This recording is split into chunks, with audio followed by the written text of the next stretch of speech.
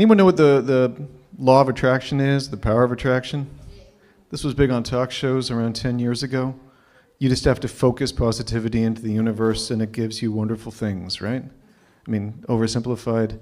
I'm not saying it works. I'm not saying it doesn't work. I'm saying that all of those precepts completely went sideways for me on the teeniest, tiniest times that I tried to experiment. Let me give you an example. Around 10 years ago, everyone on Facebook, of a certain vintage, so, people around my age or slightly older, slightly younger, started saying things like, today I'm grateful for having a great family. Today I'm grateful for having a great job in a profession that I love and stuff like that. I'm thinking, good for you. Congratulations. I don't feel particularly grateful about anything right now. I mean, I have no complaints. But one of them hit me at just the right angle one day, and I'm going to bed, and I go on Facebook, I'm leaving, good night, everybody, and, I'm grateful for having a good job that gives me a lifestyle I like. Tossing that into the universe, saying thank you. Within 24 hours, I get fired. Literally, within 24 hours. The healthcare company I was working for 7 years fires me. Just before my birthday. Thinking, you've got to be kidding me. Now, it doesn't end particularly badly because within a month and a half, they called me back and said, we've realized that we fired a bunch of people and no one does your job. Might you like to come back on a contract basis? And I said, you're going to pay me, right? So it didn't end horribly, but it went sideways. I cannot blame the gratitude comment, can I? That would be crazy, right? That would be insane. I forgot about it. A couple of years later, someone does the same thing, some incredibly sentimental. I'm so grateful for the wonderful place that I've built and reconditioned in this wonderful town that I love living in. I thought, okay, that's really sweet. That's really sweet. Same deal. I typed in, I'm grateful for the fact I found a nice house in Hamilton and we could afford it and we've had no problems. 24 hours, there is 2.5 inches of water in my basement. We managed to get it fixed, and I thought, I'm never doing this again. I am never doing this again. I have obviously offended some karmic force by saying, this is great, and some force gang, oh, it's great. Yeah, how about this? I don't really believe that. And, causation is not causality or the other way around, but it did remind me, sometimes don't throw something in the universe. Let me give you a more tangible example. I used to work for the Toronto Police Department. I did not do anything. No, I was not a narc. I didn't do anything particularly interesting. I was a social worker, kind of. I would write presentations for senior citizens to teach them how not to get scammed. So it's not the most exciting job in the world, but it taught me a lot of ways that people try to scam other people and lots of really shifty things people do for cash. It also put me in touch with a lot of senior citizens, which, I suppose is nice. And the thing that depressed the hell out of me was the amount of money they were spending on lottery tickets. That's a weird thing to complain about. Anybody here play lotteries? Go forth with my blessing, okay? Enjoy yourself. If you want to go gamble, go for it. I'm not telling people not to do it. I'm not saying I disapprove on a moral basis. I can't do it because I became really nauseous. I would watch these seniors in their homes, and I'd give this presentation. Don't if someone comes to the door, don't sign a contract. If somebody calls you, don't give them your Visa number and stuff like that. And I hear them complaining, I barely have enough money for groceries this week. And then as I'm leaving the place, I would see them over a stack of scratch and win cards. It just made my skin crawl. Maybe it's one teeny tiny residual effect from years of Baptist Sunday school. Like Baptists don't gamble and they don't drink, they don't dance because it could lead to sin. I have no comment on any of those three things, but I decidedly don't gamble. It just, something about it makes my skin crawl. My uncle passed away around 15 years ago. Was a very wonderful guy. And after he died, I went to his hometown. I wanted to make sort of a pilgrimage. I think I'm gonna walk around the streets where my uncle and my father used to walk. They were both passed away at that point. I'll spend 2 days there, walking, contemplating, trying to pay homage, all that kind of stuff. It's like northeast of here. It's a town called Neustadt or Neustadt, if you want to be German about it. And I was staying in another town called Hanover.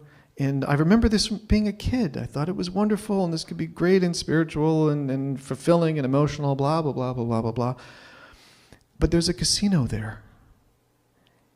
And being an idiot, and since I'm spending the night there, I figured, why not? I'll go into the casino.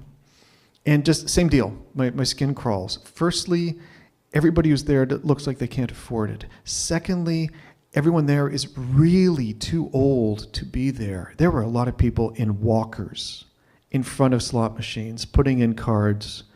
They're not going to win anything. I saw guards at the door explaining to people, well, you can come back. Now, we can't loan you money, but if your uncle or your nephew or someone can loan you some, then you can come back, but we're not allowed to loan you money. I want to shower.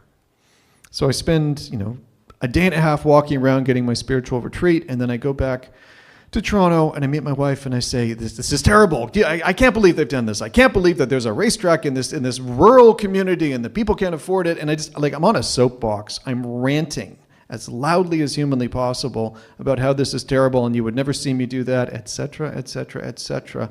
And the karmic boomerang has been in my hand. Whoo!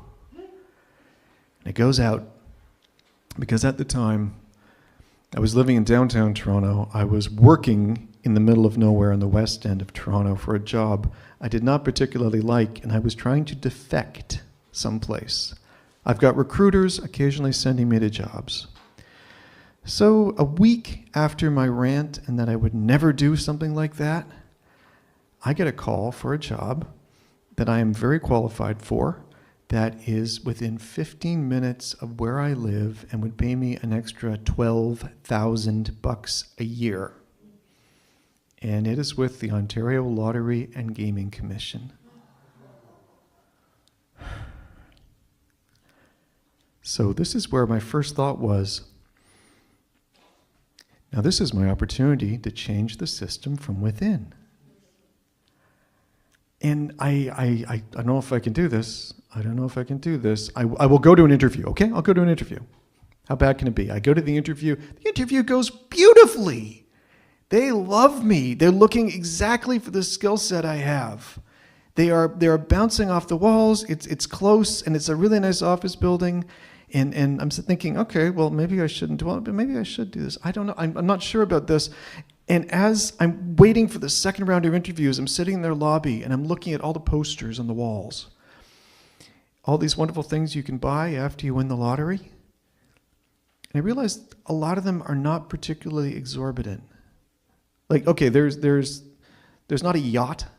There's a fairly good-sized powerboat, and there's a dishwasher for your mom, and there's always somebody, in a graduation gown with a mortarboard, and there's a bike for your kid, and there's someone. It looks like they're burning a mortgage, but it's actually a car note, so you don't have to pay your car anymore. And I realized this is not aiming at people who want to win millions of dollars and travel Europe or anything. This is being sold to people who want to win some extra money so they can get more groceries the next month. And I really, truly want to tell everybody here that I was offered the job, and I said thanks but no out of my high moral standards. I really want to tell everybody that here. But they didn't like me that much. I never got a second interview. So I don't know what you take from this story, because I am married to a beautiful woman named Abby, and Abby said, you could not have taken the job. You would have come home, you would have had the offer in your hand, you would have said, you're gonna work around this somehow, and you would have had it, and after around an hour and a half, you would have come up to me and said, I'm sorry, I can't take this. I greatly appreciate her faith in that. I don't know if I could have or not. So I really want to think I would have said thanks, but no thanks. And simply by saying, I would never do that, that same force that made me, lose my job and have my basement get flooded.